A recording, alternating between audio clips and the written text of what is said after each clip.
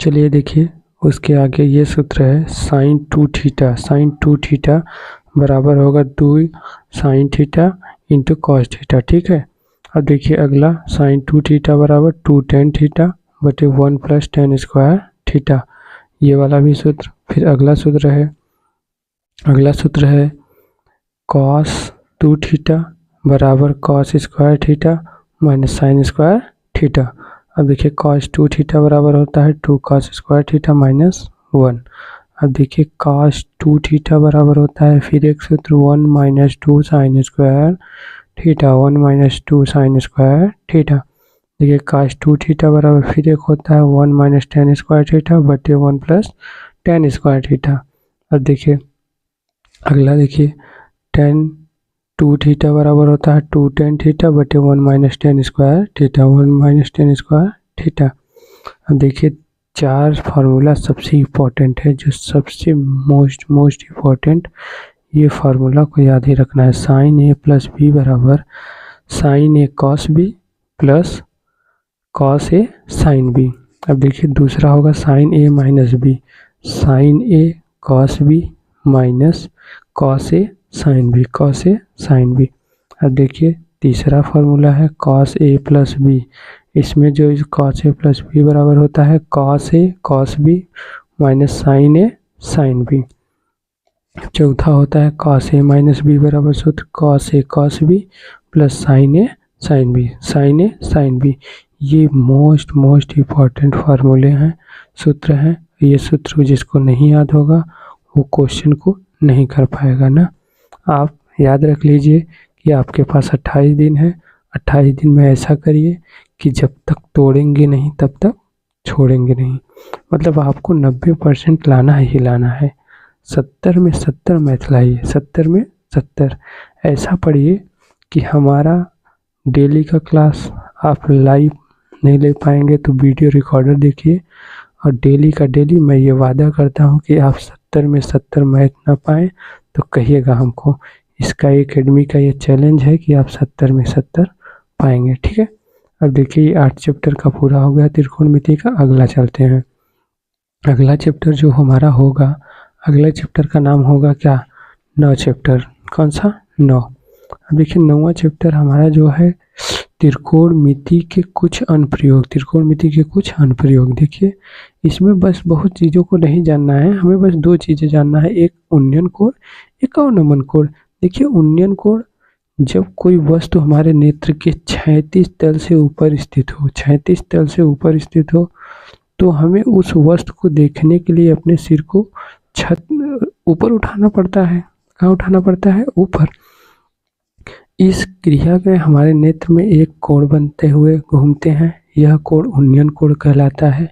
ये थीटा बराबर क्या होगा, उन्नयन कोण। अब देखिए आपको बताते हैं कि देखिए जब कोई वस्तु हमारे नेत्र के 36 तल से ऊपर हो, जैसे हम नीचे हैं और कोई छत पे है, तो हमारी आंखें उस वस्तु को या उस आदमी को देखने के लिए ऊपर की ओर उठती हैं, तो वो हमारा जो कोण बनाता है वो कैसा बनाता है, उन्नयन।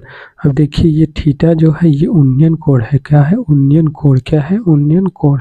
और यहाँ से हम देख रहे हैं, जैसे ये दृष्टि का देखक है, यहाँ से कहाँ देख रहे हैं, यहाँ पे कोई है, तो ये क्या है, उन्नयन कोण। जो ये होती है ऊंचाई होती है, ये 36 तल होता है। क्या होता है, 36 तल। ये क्या होगा, 36 तल। ठीक, ये उन्नयन कोण। जब भी नीचे से ऊपर देखते हैं तो उन्नयन कोण। दूसरा आता है अवनमन कोण। अवनमन कोण, अवनमन कोण, जब कोई वस्तु हमारे नेत्र के 36 तल से नीचे स्थित हो, तो हमें वस्तु को देखने के लिए अपना सिर नीचे की ओर झुकाना पड़ता है। इस क्रिया में भी हमारे नेत्र के कोण बनते घूमते हैं, यह अवनमन कोण कहलाता है। इसे फाई द्वारा मतलब व्यक्त करते हैं, फाई से। ये देखिए ये फाई है, फाई के द्वारा ये क्या होगा, अवनमन। यहाँ पे जो देखिए फाई है, ये भी अवनमन और ये भी अवनमन। ठीक, यहाँ से हम देखते हैं नेत्र। ये देखिए छत पे जैसे कोई इंसान है, तो छत पर से जब देखेगा नीचे, कहाँ देखेगा, नीचे, तो ये कौन सा कोण होगा, अवनमन। अवनमन, अवनमन कोण बनेगा। कौन सा, अवनमन। ये देखिए ये वाली इसकी 36 तल होगी, क्योंकि वो छत पे खड़ा होगा, तो उसका 36 तल जहाँ खड़ा है तल, तो वहाँ होगा ये छत पर से ये क्षैतिज तल और ये दृष्टि देखने की रेखा, ठीक ये हो गया। ये 9 चैप्टर समाप्त है। 9 चैप्टर में बस 2 चीज़ पढ़ना है, एक उन्नयन एक अवनमन। उसके बाद सारे जो त्रिकोणमिति के हैं वही फार्मूले इसमें लगेंगे, ठीक है। और अच्छे से उन्नयन अवनमन कोण को पढ़िए और जानिए, मत गड़बड़ा। देखो भाई, हमने 9 चैप्टर को पढ़ लिया, सूत्र पूरा, उन्नयन अवनमन। अब अगला चैप्टर है हमारा 10, और 10 में हम पढ़ेंगे वृत्त। क्या पढ़ेंगे? वृत्त, जो मोस्ट वेरी इंपॉर्टेंट है, बहुत इंपॉर्टेंट। ये चैप्टर बहुत इंपॉर्टेंट, जो सर्कल, इसमें हम प्रथम प्रमेय पहले पढ़ेंगे। क्या प्रमेय? बिना प्रमेय के हम क्वेश्चन को हल ही नहीं कर पाएंगे। देखिए, वृत्त की स्पर्श रेखा स्पर्श बिंदु से होकर जाने वाली त्रिज्या पर लंब होती है। कोई वृत्त होगी, वृत्त की स्पर्श रेखा स्पर्श बिंदु से होकर जाने वाली त्रिज्या पर लंब होती है। चलिए देखें, ये कह रहा था वृत्त की स्पर्श रेखा बिंदु से होकर जाने वाली त्रिज्या पर लंब होती है। ये देखिए वृत्त है, यहाँ से स्पर्श मतलब छू के रेखा गई, इस पे ये देखिए जो आर है ये क्या है? त्रिज्या है। क्या है? त्रिज्या। अगर ये भी होगा तो ये भी त्रिज्या, ये भी होगा तो ये भी त्रिज्या, दोनों त्रिज्याओं को मिला देंगे तो क्या हो जाएगा बेस? ये देखिए केंद्र है जैसे ओ। अब देखिए ये स्पर्श जो पी है ये स्पर्श बिंदु है, ये यहाँ से क्या करके जा रही है? छू के। तो देखिए ओ पी पे अभिलंब, ये लंब है, अभिलंब लंब है ए बी पे। देखिए ये ए और बी पे कौन है? ओ और पी। तो ये देखिए लंब का चिन्ह है, ठीक। अब आता है दूसरा प्रमेय, प्रमेय नंबर 2। किसी बाह्य बिंदु से मतलब बाहरी बिंदु से वृत्त पर खींची गई 2 स्पर्श रेखाओं की लंबाई बराबर होती है, ठीक है। किसी बाह्य बिंदु से वृत्त पर खींची गई 2 स्पर्श रेखाओं की लंबाई क्या होती है? बराबर। अब देखिए भैया, एक यहाँ से स्पर्श खींची गई है और एक यहाँ से। अब देखिए स्पर्श रेखा की जो लंबाई होगी वो बराबर। ये देखिए ए पी बराबर क्या? ए क्यू। ए पी बराबर ए क्यू। ये और ये क्या होंगे? बराबर। देखिए कहने का अर्थ समझिए। अब देखिए कोण ए ओ A P, O A P, देखिए ये वाला यहाँ से ऐसे है ना, ओ ए पी। अब देखिए बराबर ये हो जाएगा कोण ओ ए क्यू, ओ ए क्यू। अब देखिए ऐसे हो गया, ये कोण क्या होते हैं? बराबर। ये प्रमेय कैसा है? दूसरा। अब आता है तीसरा प्रमेय। जो तीसरा प्रमेय नहीं पढ़ा आप लोग पढ़िए अच्छे से। देखिए तीसरा प्रमेय है, यदि वृत्त के स्पर्श रेखा के बिंदु से जीवा खींची जाए। क्या खींची जाए? जीवा। जैसे देखिए ये वृत्त होती है, ये देखिए जो पूरा होता है यहाँ केंद्र बिंदु से पूरा डी मतलब व्यास होता है। अब देखिए उसके बाद ये दोनों जो होती हैं त्रिज्याएं होती हैं। जैसे ये क्या होगी? त्रिज्या आर बराबर क्या हो जाएगी? त्रिज्या। और उसके बाद त्रिज्याएं के बाद जो वृत्त पे ऐसे होता है यहाँ नीचे या यहाँ बगल में, ये क्या होता है? जीवा होता है। क्या होता है? जीवा। अब जीवा, इस जीवा के द्वारा दी हुई स्पर्श रेखा को साथ बनाया गया कोण, जो स्पर्श रेखा के साथ बनाया जाएगा कोण, संगत एकांतर खंडों में बनाए गए कोण क्रमशः बराबर होते हैं। जो भी संगत में बनाए जाएंगे कोण वो क्या होंगे? क्रमशः बराबर होंगे। एक दूसरे से कैसे होंगे? बराबर, ठीक। अब देखिए इसका फिगर देखिए, स्ट्रक्चर देखिए। ये देखिए ये बना है, ये स्पर्श होके जा रही है, एक त्रिभुज ऐसे, एक त्रिभुज ऐसे। अब देख रहे हैं। अब देखिए कोण बी ए क्यू कहाँ है? बी ए और क्या है? ये क्यू। यहाँ तक देखिए कोण बी ए क्यू ऐसे, बी ए क्यू बराबर कोण ए सी बी, ये दोनों क्या होंगे? आपस में बराबर। अब देखिए उसके बाद कोण B A P, B A और क्या हो जाएगा? ये पी, ये ऐसे। अब देखिए ऐसे, ये कोण और फिर बराबर कोण A D B, A D और बी, ये भी क्या हो जाएंगे? आपस में बराबर। ये याद रखना है। अब सबसे इम्पोर्टेंट सूत्र आते हैं, इसको देखिए जरूर याद करना है हमें। वृत्त का व्यास होता है 2r, जो r होती है क्या? त्रिज्या। r क्या होती है? त्रिज्या। वृत्त का क्षेत्रफल होता है पाई आर स्क्वायर। क्या होता है? Pi r square. Pi r square, pi का मान हमेशा होता है 22/7 या 3.1416, 3.1416। और देखिए वृत्त का परिधि होता है 2 पाई आर। क्या होता है? 2 पाई आर। अब अर्धवृत्त का क्षेत्रफल होता है 1/2 pi r square, 1/2 pi r square. अर्धवृत्त की परिधि पाई आर प्लस 2 आर होता है, पाई आर प्लस 2 आर। देखिए त्रिज्य खंड का क्षेत्रफल जो होता है वो θ/360 into pi r square, θ/360 into pi r square. त्रिज्य खंड का परिमाप का सूत्र होता है θ/360 into 2 pi r plus 2 r, 2 pi r plus 2 are.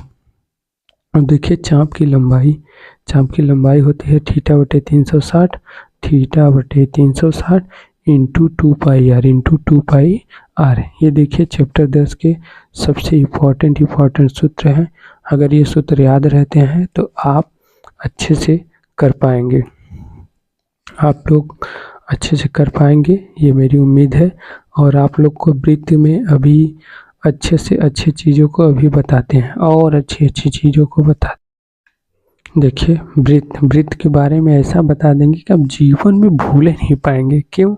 क्योंकि इतने तरीक़ों से मैंने मेहनत करके लिखा है अपने नोट्सबुक की। बताइए मत, इसका नाम ही ऐसा है कि महाब्रह्मास्त्र, कि जिसको कोई नहीं मार सकता उसको महाब्रह्मास्त्र मारती है। तो आप गणित को एकदम इजी समझिए, मैं आपके साथ हूँ। देखिए वृत्त एक ऐसा शब्द है जो वक्र रेखा है जिस पर स्थित कोई भी बिंदु वृत्त के एक निश्चित बिंदु से समान दूरी पर होता है, उसे वृत्त का केंद्र कहा जाता है। क्या कहा जाता है? वृत्त का केंद्र। ये देखिए वृत्त का केंद्र होता है और ये आर, ये त्रिज्याएं होती हैं। ये क्या होती हैं? त्रिज्या। देखिए ये क्या होती है? त्रिज्या। ठीक है, ये भी त्रिज्या होगी। क्या होगी? ये भी त्रिज्या होगी। ये जब पूरा होगा तो इसे व्यास बोलेंगे। ठीक, और देखिए ओ और ए बराबर ओ और बी बराबर ओ और सी बराबर ओ डी। देखिए ओ डी, ये सारे क्या होंगे? बराबर होंगे। ठीक, अब जो ओ है वो केंद्र है। ठीक, अगला देखिए, जब कोई वृत्त से एक रेखा अगर छू के ऐसे निकल जाती है, चाहे यहाँ से चाहे ये अगर वृत्त न हो ऐसे तो ऐसे छू के निकल जाए, तो ये स्पर्श रेखा होगी। क्या होगी? स्पर्श रेखा। अगर वृत्त से छू के जाती है तो स्पर्श रेखा। अगर कोई वृत्त में केंद्र के बगल से परिच्छेद मतलब ऐसे करते हुए काटते हुए जाती है तो ये क्या होगी? प्रतिच्छेदी रेखा। क्या? प्रतिच्छेदी रेखा। अब देखिए अगला, देखिए सबसे इम्पोर्टेंट ये है कि अगर फिगर जानते रहेंगे तो आप क्वेश्चन को हल कर पाएंगे, ये मेरी गारंटी। ठीक, अब देखिए दो वृत्त दिया है, दो रेखाएं ऐसे स्पर्श करके गई और एक क्या करके गई? ऐसे स्पर्श। ये देखिए उभयनिष्ठ स्पर्श रेखा है। क्या है? उभयनिष्ठ, मतलब ऊपर से छूती हुई निकल गई। ठीक, अब देखिए उभयनिष्ठ स्पर्श रेखा ये भी है क्योंकि ये भी बगल से छूती हुई क्या हो रही है? निकल जा रही है। ठीक, अब अगले पे आते हैं। अगले पे आते हैं क्या? अगला है भाई, देखिए ये जो है मूल बिंदु से ये केंद्रीय कोण है। क्या है? केंद्रीय कोण। ये ऐसा फिगर दिखेगा आपको तो वो जानिएगा, ऐसे जब बना रहेगा तो जान जाइए केंद्रीय कोण। और ये क्या है? परिधि की कोण। क्या है? परिधि की कोण। और जो ये वृत्त होता है, वृत्त के ये जो ऊपर का भाग होता है ये क्या होता है? परिधि होता है। और यहाँ पे केंद्र होता है, ये त्रिज्या होती है, ये त्रिज्याएं होंगी और पूरा मिला देंगे व्यास होगा। और यहाँ पे जो होगी वो क्या होगी? जीवा। देखिए वृत्त से संबंधित प्रमेय। प्रमेय कैसे हैं? देखिए ऐसे वृत्त बना होगा ABCD, तो इसमें यदि AB चाप है, AB क्या है? चाप, CD के बराबर होगा, AB बराबर CD। ये जितना ये होगा इतना ये भी होगा। ठीक, AB बराबर CD हो तो AB बराबर CD होगा। दूसरा देखते हैं, दूसरे को अच्छे देखते हैं भैया। ये देखिए ऐसा वृत्त यदि OD, देखिए O और D AB पे लंब है। किस पे लंब है? AB। ये देखिए कोई रेखा होगी AB, इस पे क्या होगा? लंब होगा। AD बराबर BD होगा। इसमें AD देखिए A और D जो होगा वही बी और डी होगा ये, ठीक। अब देखिए यदि ए डी बराबर डी बी हो, ए डी बराबर डी बी हो तो ओ डी बराबर ए बी पे लंब है, ओ डी किस पे लंब है, ए बी पे, ठीक। ये भी क्लियर। अब अगला देखिए फिगर, ए सी पे लंब है क्या, ओ ओ डैश, ये देखिए ओ है ओ डैश, ए सी पे क्या है, ये ए सी, इस पे क्या है लंब। अब देखिए ओ सी और सी ओ डैश होगा बराबर, देखिए ये ओ सी और सी ओ डैश क्या होंगे आपस में बराबर, जितना ये होगा उतना क्या होगा ये भी होगा, ठीक। अभी ये देखिए दो वृत्त दिया है, इसमें एक केंद्र यहाँ एक केंद्र यहाँ, ये भी त्रिज्या ये भी त्रिज्या, ये सर्गवांशम वृत्त है, इनकी त्रिज्याएं समान होती हैं, जितना ये होगा 5 तो ये भी 5, ये 10 तो ये भी कितना 10, ठीक। ये 10 होगा तो ये भी कितना होंगे 10। अब देखिए अगला वृत्त होता है, अगले वृत्त में कुछ नहीं होता, ये देखिए दो वृत्त दिए हैं, इस पे ए बी जो होगा ये कर्णी 3 इंटू क्या होगी त्रिज्या, 3 इंटू त्रिज्या, ठीक। अब अगला देखते हैं, समान लंबाई की जीवा आपस में बराबर होती हैं, अगर तो जीवाएं समान लंबाई की हैं, जैसे ये जीवा है ये भी, तो ये आपस में क्या हो जाएंगी बराबर। देखिए ये जीवा इधर भी दिया है, इधर अभी हमने बताया कि जो बगल से तो थोड़ा सा कट होता है वो जीवा होता है। ये देखिए ये और ये आपस में क्या होंगी बराबर, यदि ए बी बराबर सी डी हो, ए बी बराबर क्या हो सी डी, सी और डी, तो ओ ई बराबर ओ एफ होगा, ओ ई बराबर क्या होगा ओ एफ। ये जान जाइए, फिगर को मैं एकदम ये सब फिगर कोई बताएगा नहीं और कोई कराएगा भी नहीं, और हम आपको अच्छे से अच्छे तरीके से कराते हैं, जब तक आपको अच्छे तरीके से आ ना जाए तब तक हम सिखाएंगे, और 28 दिन में ऐसा कराएंगे कि हर एक क्वेश्चन पेपर में आएगा। देखिए अगला, ये वृत्त ऐसा देखे होंगे आप अपने बुक में। अब देखिए केंद्रीय कोण के समान बनता है तो जीवा की लंबाई भी समान होती है। ये देखिए जीवा ये भी है ये भी है, ये केंद्रीय कोण के बराबर बना है तो इसकी दोनों की लंबाई क्या होगी सेम। और देखिए ये θ1 ये θ2, यदि दो असमान जीवा है तो सबसे बड़ी जीवा केंद्र से नज़दीक होगी, वह सबसे छोटी जीवा केंद्र से क्या होगी दूर। जो सबसे बड़ी लंबाई जीवा होगी वो नज़दीक होगी केंद्र से, और जो छोटी होगी वो केंद्र से कैसे होगी दूर। देखिए ये बड़ी होगी तो ये नज़दीक होगी, ये छोटी होगी तो ये कितने होगी दूर, ठीक है। अब अगले पे आते हैं, अगला देखिए, अगला कुछ नहीं है, अगले में देखिए ये वृत्त है, यदि एक ही चाप द्वारा परिधि पर बनाया गया कोण केंद्र पे बनाए गए कोण का क्या होता है 2 गुना। ऐसे वृत्त बना है तो जान जाइए चाप पे परिधि पर बनाया गया कोण केंद्र पे बनाया गया कोण का क्या होगा 2 गुना, कितना होगा 2 गुना होगा।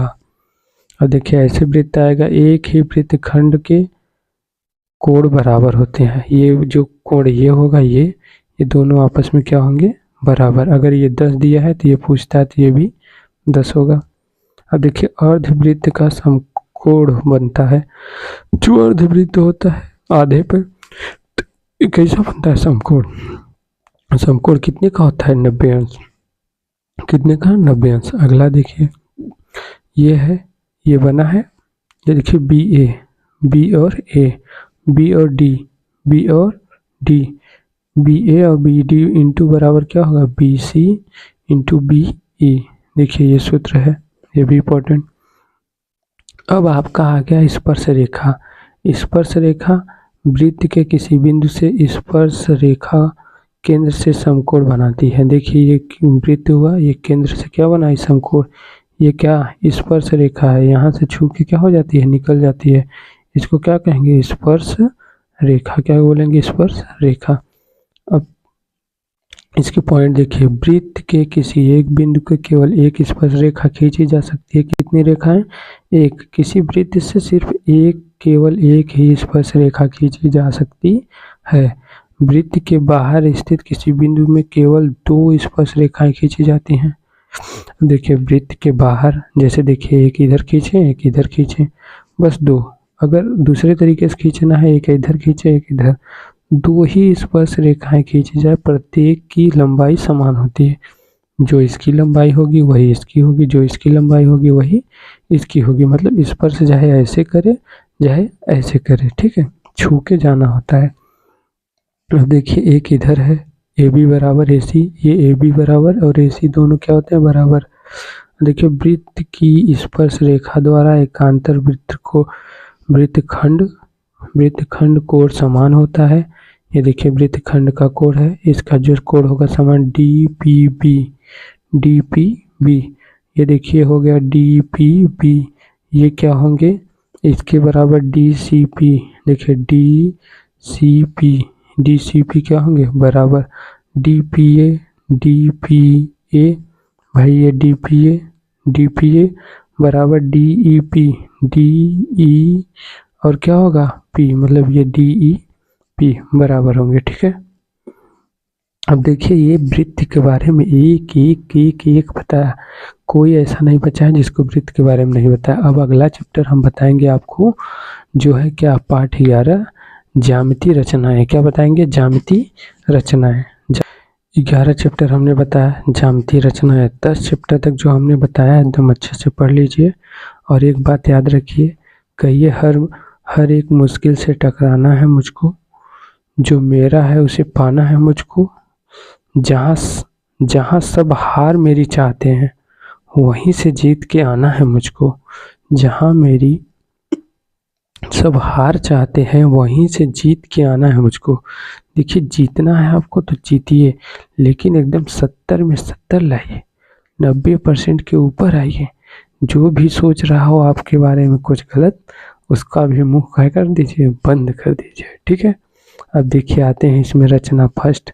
इसमें रचना फर्स्ट कहता है यदि वृत्त का केंद्र ज्ञात हो तो वृत्त के एक दिए हुए बिंदु को स्पर्श रेखा खींचना। देखिए अगर वृत्त का केंद्र ज्ञात हो तो वृत्त के दिए हुए बिंदु पर स्पर्श रेखा खींचना। ये वृत्त दिया है, यहाँ केंद्र है, यहाँ से ये देखिए एक स्पर्श रेखा को हमने क्या कर दिया, खींच दिया। अब केंद्र से एक दिए हुए बिंदु को स्पर्श रेखा खींचना, ये क्या कर दिए, खींच दिए। ठीक है, अब रचना दूसरा बताते हैं। रचना दूसरा, यदि वृत्त का केंद्र ज्ञात न हो तो वृत्त के एक दिए हुए बिंदु पर, वृत्त का कोई एक दिया होगा बिंदु, स्पर्श रेखा खींचना। वृत्त का कोई दिया होगा उस पर क्या करना है, स्पर्श रेखा खींचना है। अब देखिए ये वृत्त दिया है, इस पे ज्ञात नहीं है, अब ज्ञात नहीं है तो बिंदु पर स्पर्श रेखा खींचना। ये देखिए पी बिंदु पे क्या कर दिए, स्पर्श रेखा हमने क्या कर दिया, खींच दिया। ये देखिए इस कोण से क्या हो गया, एंगल चाप पे। अब रचना 3 आता है। क्या आता है रचना 3? रचना 3 में एक बाह्य बिंदु के एक वृत्त पर स्पर्श रेखा युग्म खींचना। स्पर्श रेखा युग्म खींचना। देखिए ये जो हम बता रहे हैं ज्यामिति रचनाएं, ये कोई बताएगा नहीं रचना 1 2 3 रचना फिगर को बना के, कोई नहीं बताएगा, किसी पे देख लीजिए आप। ठीक है, एकदम हम सोचते हैं कि बच्चा का कोई छूटे ना, और जो पेपर में आए तो वो 70 में 70 करके आए, एक भी नंबर कम ना करके आए। ठीक है, देखिए अब ये वृत्त बना है। अब बाह्य बिंदु पर एक स्पर्श रेखा, देखिए बाह्य बिंदु पर एक स्पर्श रेखा खींची गई, और रेखा जब खींची गई तो ये रेखा युग्म खींचना। देखिए कोण पी ए ओ, देखिए ये पी है, ए है और ओ, ये देखिए पी ए ओ, ये कोण है। ये कोण बराबर कितना, 90 है। अब देखिए यहाँ 90 बनेगा तो ये 90 है। कोण पी बी भी बराबर, ये देखिए इसका जब हो जाएगा तो ये भी कितना हो जाएगा, 90। ये रचना कैसा था, तीसरा। अब देखिए 11 चैप्टर में बहुत कुछ नहीं है, बस 3 रचनाएं हैं। तीनों रचनाओं को हमने अच्छी तरीके से आपको बता दिया। अब अगले चैप्टर पे हम चलते हैं। जो हमारा अगला चैप्टर है वो है हमारा 12। क्या है, 12। हमारा कौन सा चैप्टर है, 12। अब देखिए 12 चैप्टर जो है हमारा वो बहुत ही इम्पोर्टेंट चैप्टर है, बहुत ही इम्पोर्टेंट। 12 चैप्टर मतलब बहुत इम्पोर्टेंट। वृत्तों से संबंधित क्षेत्रफल, ये वृत्त जो पढ़े हैं उसी से संबंधित क्षेत्रफल है। देखिए एक वृत्त होता है ऐसे पूरा, ये वृत्त है। वृत्त का जो ये चारों तरफ नाच रहा है ये हमारा होता है परिधि। क्या होता है, परिधि। अब देखिए ये जो केंद्र होता है ये ओ क्या है, ये केंद्र है। क्या है, केंद्र। ठीक, अब देखिए जो इधर है ये भी आर, ये भी आर, आर बराबर मतलब ये आर बराबर क्या, त्रिज्या, क्या होगी, त्रिज्या। और ये भी जो होगी ये भी त्रिज्या, इधर अगर आती है तो ये भी क्या होगी यार, ये भी त्रिज्या, इधर होती है ये भी क्या होगी, त्रिज्या, ये इधर इधर होगी तो ये भी क्या होगी, त्रिज्या। लेकिन दो त्रिज्याओं को मिलाने के बाद हमें क्या हो जाएगा, व्यास। देखिए ये पूरा क्या हो गया हमारा, व्यास। लेकिन अगर वृत्त है, वृत्त जैसे ऐसे है, इसके नीचे से ऐसे खींची गई रेखा या ऊपर से हल्का सा खींची गई रेखा, जैसे ऐसे देखिए, इसे क्या बोलते हैं, जीवा, क्या बोलते हैं, जीवा। देखिए यहाँ लिखे हैं ना जीवा, ये देखिए ये क्या हो गई, जीवा। जैसे जीव को निकालते हैं थोड़ा सा तो ये जीवा ना, ये थोड़ा सा क्या हो जाएगा, जीवा, थोड़ा सा ये होगा तो ये जीवा। देखिए व्यास बराबर सूत्र होता है टू त्रिज्या मतलब 2r। अब r बराबर क्या होती है, त्रिज्या। देखिए परिधि बराबर सूत्र होता है 2πr, क्या होता है 2πr। अब देखिए पाई का मान होता है 22/7 या 3.146, 3.146, 3.146। अब वृत्त का क्षेत्रफल बराबर सूत्र होता है πr स्क्वायर, क्या होता है πr स्क्वायर। अब देखिए त्रिज्यखंड की चाप की लंबाई l, त्रिज्यखंड की चाप की लंबाई ये होता है θ/180 πr, θ/180 πr। अब अगला सूत्र है, ये बहुत इंपॉर्टेंट सूत्र है, ये सब जो सूत्र बता रहे हैं ये आपको बहुत इंपॉर्टेंट है, ये कोई ऐसा बताएगा नहीं। आप वीडियो को अच्छे से देखते रहिए। देखिए त्रिज्यखंड का क्षेत्रफल, ये मतलब एरिया, क्षेत्रफल ये होगा θ/360 πr स्क्वायर, θ/360 πr स्क्वायर, ये त्रिज्यखंड का क्षेत्रफल है।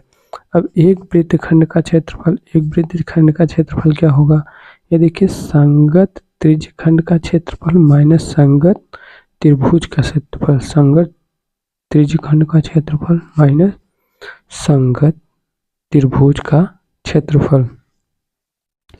देखिए दीर्घ त्रिज्यखंड का क्षेत्रफल इसके बराबर होगा πr स्क्वायर, πr स्क्वायर का मतलब वृत्त का क्षेत्रफल माइनस लघु त्रिज्य का क्षेत्रफल, किसका, लघु त्रिज्य का क्षेत्रफल। अब देखिए दीर्घ वृत्त का क्षेत्रफल, वृत्तखंड का क्षेत्रफल ये भी होगा πr स्क्वायर में से माइनस हो गया लघु वृत्तखंड का क्षेत्रफल, जो लघु होगा छोटा होगा उसके वृत्तखंड का क्या होगा, क्षेत्रफल।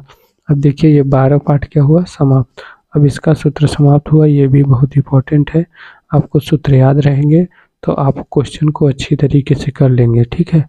अब हम आते हैं अगले चैप्टर पे आते हैं। अगला चैप्टर आपका होगा 13। अगला चैप्टर क्या होगा, 13। अगला चैप्टर है हमारा 13, जिसको हम 13, इसका नाम है पृष्ठीय क्षेत्रफल और आयतन। पृष्ठीय क्षेत्रफल और आयतन, देखिए पृष्ठीय क्षेत्रफल और आयतन ये भी अपने आप में सबसे इम्पोर्टेंट चैप्टर है, इससे कम से कम 10 नंबर पूछे जाते हैं और इसको पढ़ना बहुत जरूरी। इसका सबसे ज़्यादा हमें सूत्र को याद रखना है, किसको याद रखना है, सूत्र। इसीलिए मैंने सबसे पहले पढ़ाने से पहले आपको सूत्र को बता रहा हूँ, ठीक है।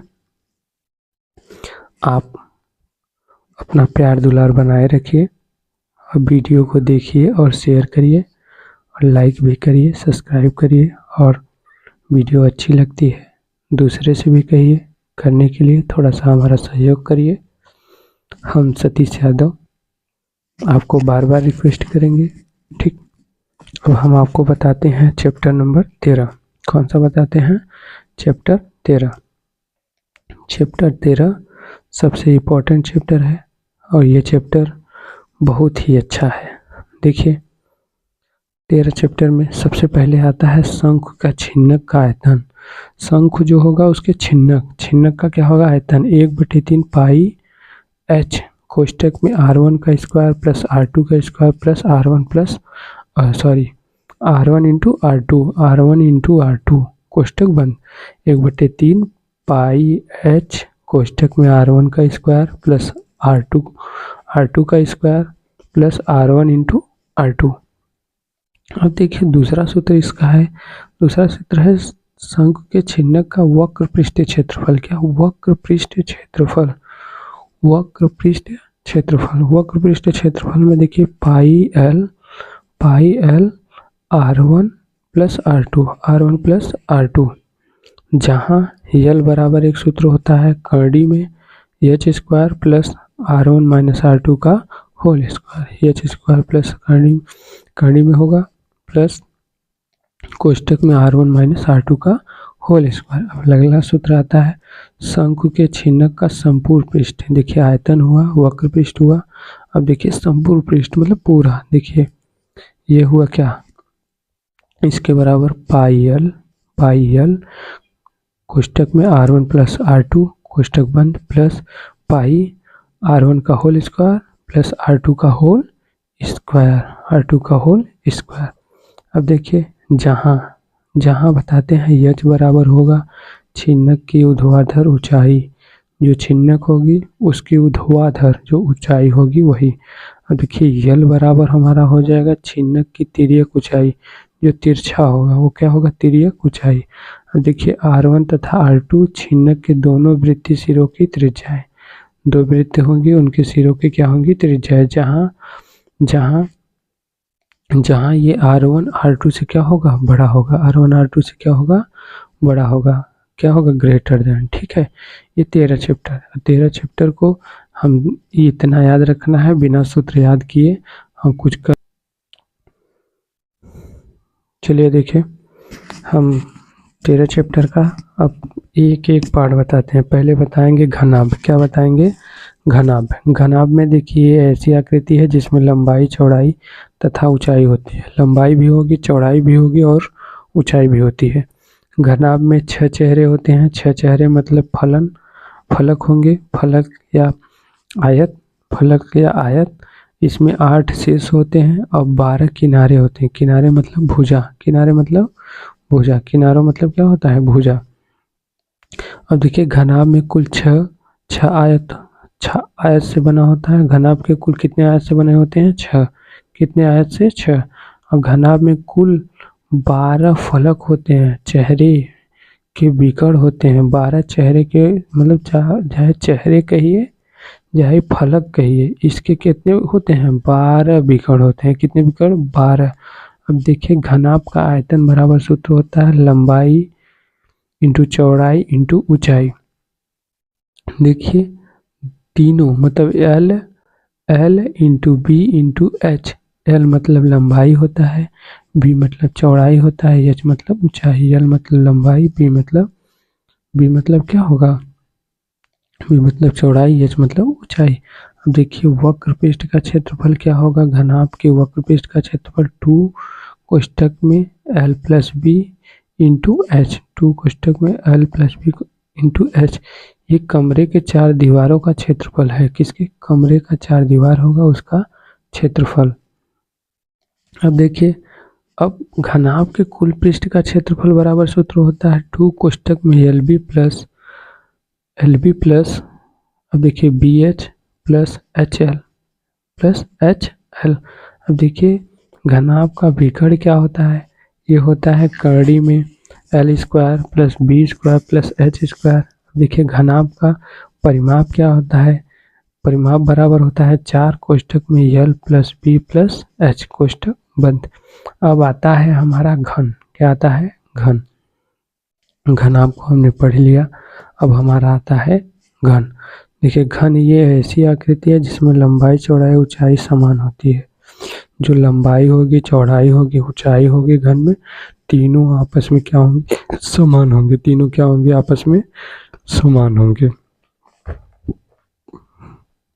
अब देखिए घन एक घनाभ होता है, घन एक घनाभ की ही तरह होता है। ठीक है, इसमें 6 फलक होते हैं, 6 चेहरे, 12 किनारा होता है, 12 किनारा या क्या होता है, भुजा, और इसमें 8 शीर्ष होते हैं। कितने शीर्ष होते हैं, 8। घन कुल 6 वर्ग से मिलकर बना होता है। घन कितने वर्गों से मिलकर बना होता है, 6। अब देखिए घन का आयतन क्या होता है, घन का आयतन होता है a क्यूब, और ये क्या होती है, भुजा। ये क्या होती है, भुजा। अब देखिए घन का वक्र पृष्ठ क्षेत्रफल बराबर होता है 4a स्क्वायर। 4a स्क्वायर मतलब 4 भुजा स्क्वायर, 4 भुजा स्क्वायर। देखिए घन का संपूर्ण पृष्ठ क्षेत्रफल बराबर होता है 6a स्क्वायर। मतलब 6 भुजा स्क्वायर, 6 भुजा स्क्वायर। अब घन का विकर्ण होता है कर्णी में 3 और फिर क्या होता है ए, कर्णी में 3 और लेकिन कर्णी में 3 रहता है लेकिन एक ऐसे रहता है कर्णी से बाहर, कर्णी से बाहर। ए क्या होता है भुजा होता है। अब देखिए यही जगह पे घन का परिमाप भी है, घन का परिमाप होता है 12a, मतलब 12 इंटू भुजा, 12 इंटू भुजा। अब अगले पे आते हैं, अगला क्या होता है बेलन, क्या होता है बेलन। अब देखिए बेलन का सूत्र याद रखिए, बेलन का आयतन होता है पाई आर स्क्वायर एच, क्या होता है pi r square H, pi r square H. R जो होती है त्रिज्या होती है, आर क्या होती है त्रिज्या होती है, और एच ऊंचाई होती है, क्या होती है एच ऊंचाई, आर त्रिज्या और एच ऊंचाई, आर त्रिज्या और एच ऊंचाई। और बेलन का आयतन का सूत्र होता है pi r square H, pi r square H. और बेलन की वक्र पृष्ठ क्षेत्रफल, वक्र पृष्ठ का क्षेत्रफल बराबर होता है 2 pi r H, 2 pi r H, 2 pi r H.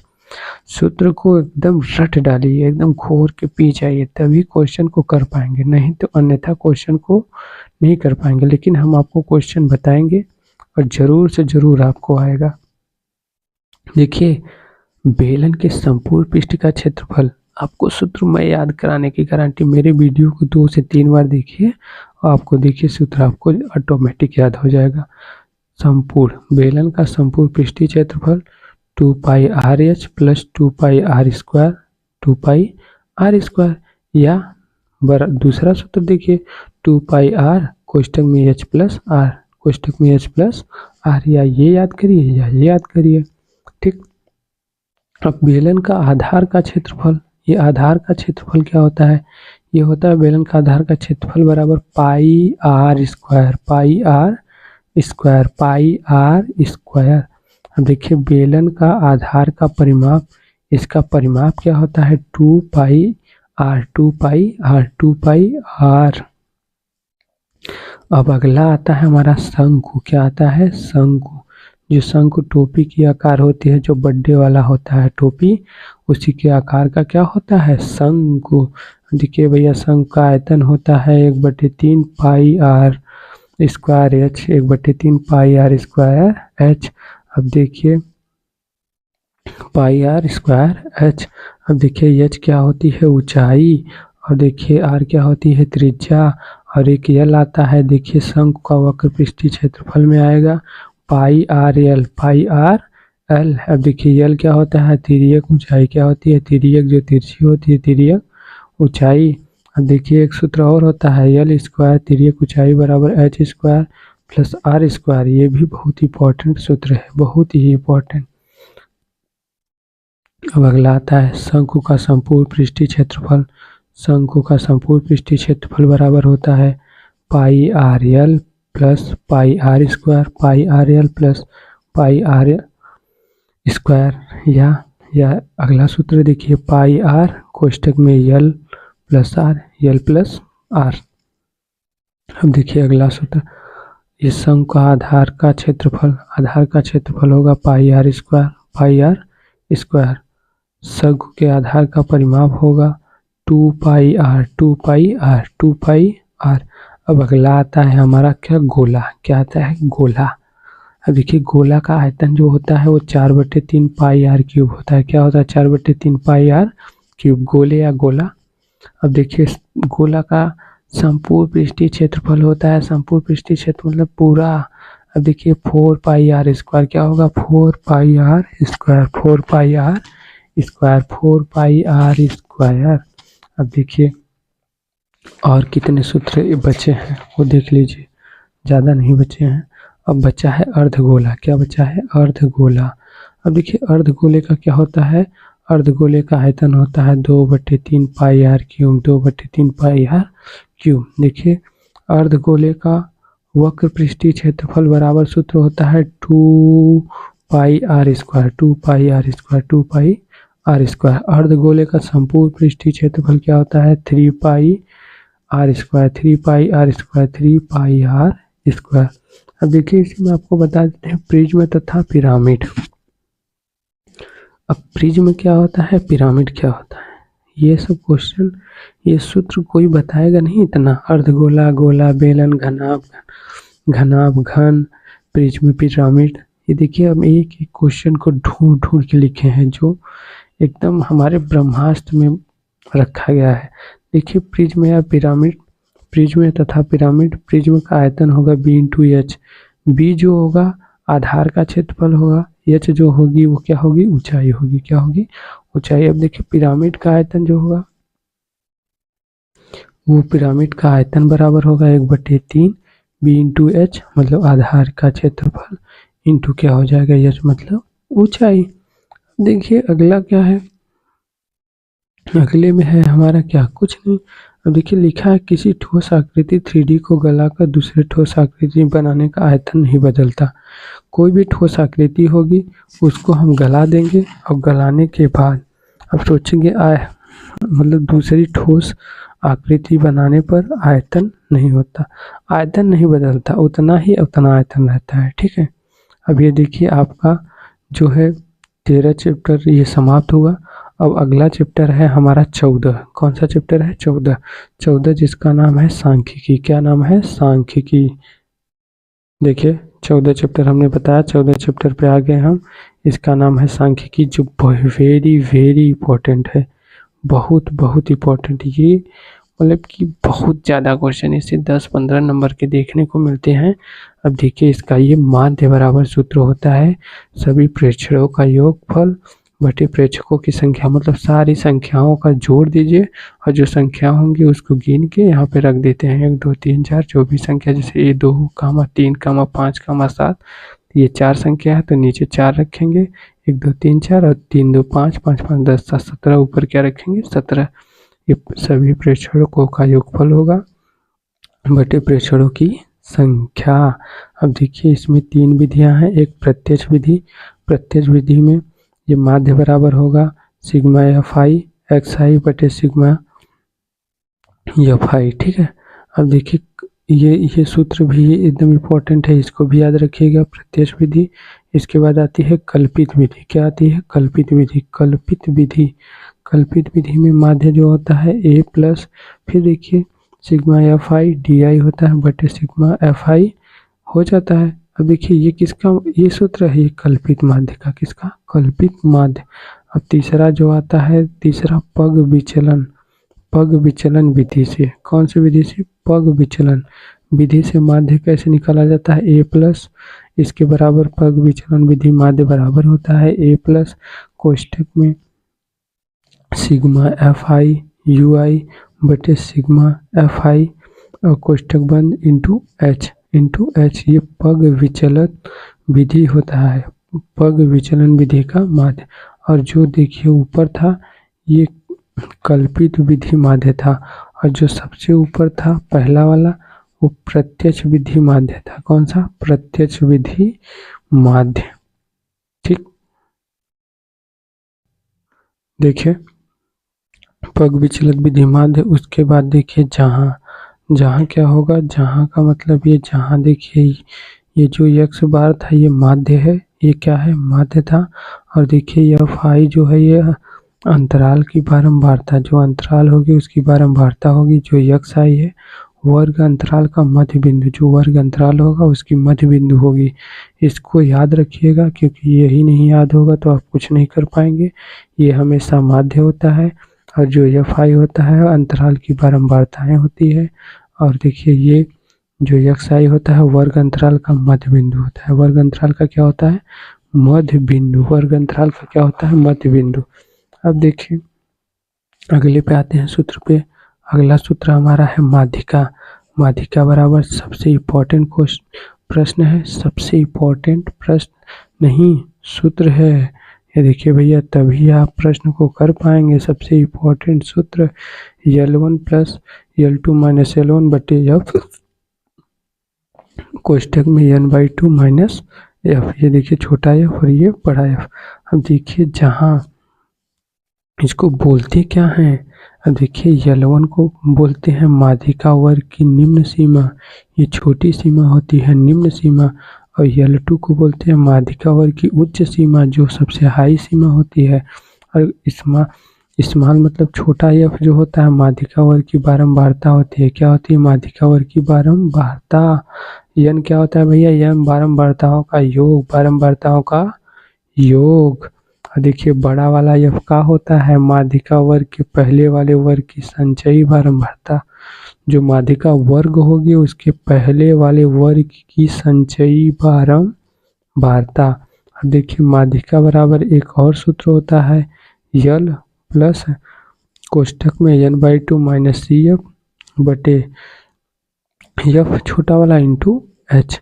अब देखिए ये सूत्र में क्या होता है, जहाँ अब देखिए जहाँ ये यल जो होता है छोटा वाला माध्यक वर्ग की निम्न सीमा होती है। क्या होती है? माध्यक वर्ग की निम्न सीमा।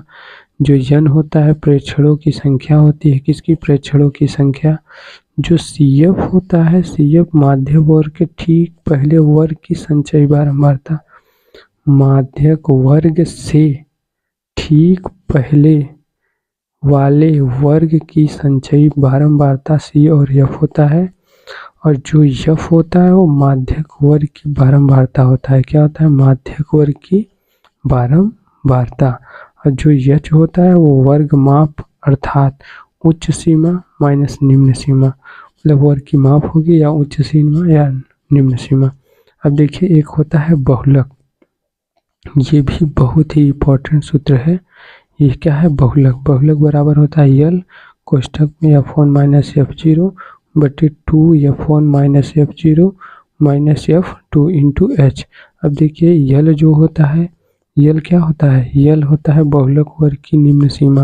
ये जो यल है ये बहुलक वर्ग की निम्न सीमा। और जो एच होता है, ये एच क्या होता है? वर्ग अंतराल की माप, वर्ग अंतराल की माप, वर्ग अंतराल की माप। और जो देखिए f1 है, f1 बहुलक वर्ग की बारंबारता है। बहुलक वर्ग की बारंबारता, बहुलक वर्ग की बारंबारता। देखिए f0 जो था बहुलक वर्ग के ठीक पहले की बारंबारता। जो बहुलक वर्ग होगा उसके ठीक पहले की बारंबारता। f2 बहुलक वर्ग के ठीक बाद की बारंबारता। जो बहुलक वर्ग होगा उसके ठीक बारंबारताएं होगी। अब देखिए उसके बाद एक होता है सूत्र और है, ये भी इंपॉर्टेंट सूत्र है।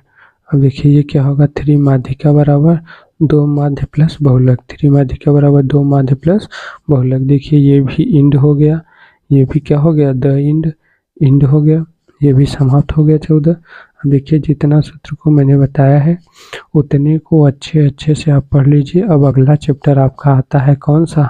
15। कौन सा? 15। अब 15 चैप्टर आपकी है प्रायिकता। प्रायिकता मतलब क्या होती है? प्रोबेबिलिटी। अब देखिए प्रायिकता भी से क्वेश्चन आते हैं, इसको ध्यान से पढ़िए। देखिए घटना ई के सैद्धांतिक प्रायिकता पी कोष्ठक में ई, पी कोष्ठक में ई बराबर सूत्र होता है अभिप्रयोगों की संख्या जिसमें घटना घटी हो।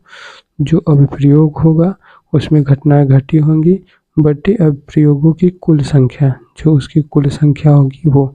देखिए ये सूत्र है, इस सूत्र को अच्छे से देखिएगा, एकदम इम्पोर्टेंट है, एकदम ही इम्पोर्टेंट है। अगला देखिए, अब देखिए एक असंभव घटना की प्रायिकता 0 होती है। कोई भी असंभव घटनाएं होंगी उसकी सदैव प्रायिकता क्या होगी? 0। एक निश्चित या निर्धारित घटना की प्रायिकता 1 होती है। कोई निश्चित होगी या निर्धारित होगी उसकी घटना की प्रायिकता क्या होगी? 1।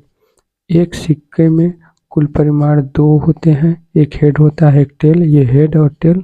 अब देखिए 2 सिक्कों में कुल परिमाण 4 होता है, क्योंकि 2, एक हेड होगा एक टेल होगा, एक हेड भी हो सकता है, टेल भी हो सकता है, हेड टेल हो सकता है, टेल हेड हो सकता है, मतलब कितने परिमाण? 4। अब देखिए एक पासा होता है उसमें कुल परिमाण कितने होते हैं? 6। अरे जो खेला जाता है क्या नाम है? लूडो, उसमें पासे में कितने होते हैं? 6। कितने होते हैं? 6। एक पासे में 6, अगर 2 पासे में पूछता है तो कितना हो जाएगा? 6 के 36। जैसे देखिए 1 भी आ सकता है, 1 2 भी आ सकता है, 6 भी आ सकता है, 3 भी आ सकता है, कुछ भी आ सकते हैं। इसमें सबसे ज़्यादा आपको देखिए पूरा सूत्र खत्म हो गया। अब देखिए इसमें सबसे ज़्यादा एक जो ताश की गड्डी होती है उसमें 52 पत्ते होते हैं। कितने पत्ते? 52। और जो लूडो होता है पासा में हमेशा कितने होते हैं? 6। और देखिए सिक्का तो जानते हैं भाई, सिक्के में क्या होता है? सिक्के में कितने होते हैं? एक हेड होता है एक टेल। अब देखिए इतना हमने आपको बता दिया जानकारी, अच्छे से जानिए। और अच्छे से इतना हो गया, अब सारे सूत्र समाप्त हुए हैं। और ये पूरा सूत्र अगर आप पढ़ लेते हैं तो एक अच्छा स्कोर आप पाएंगे। कितना पाएंगे? अच्छा, मेरी गारंटी है 70 में 70 पाएंगे। और आपको ये वीडियो अच्छा लगे तो आप दूसरों को भेजिए, शेयर करिए, लाइक करिए, कमेंट करिए। ठीक है, धन्यवाद।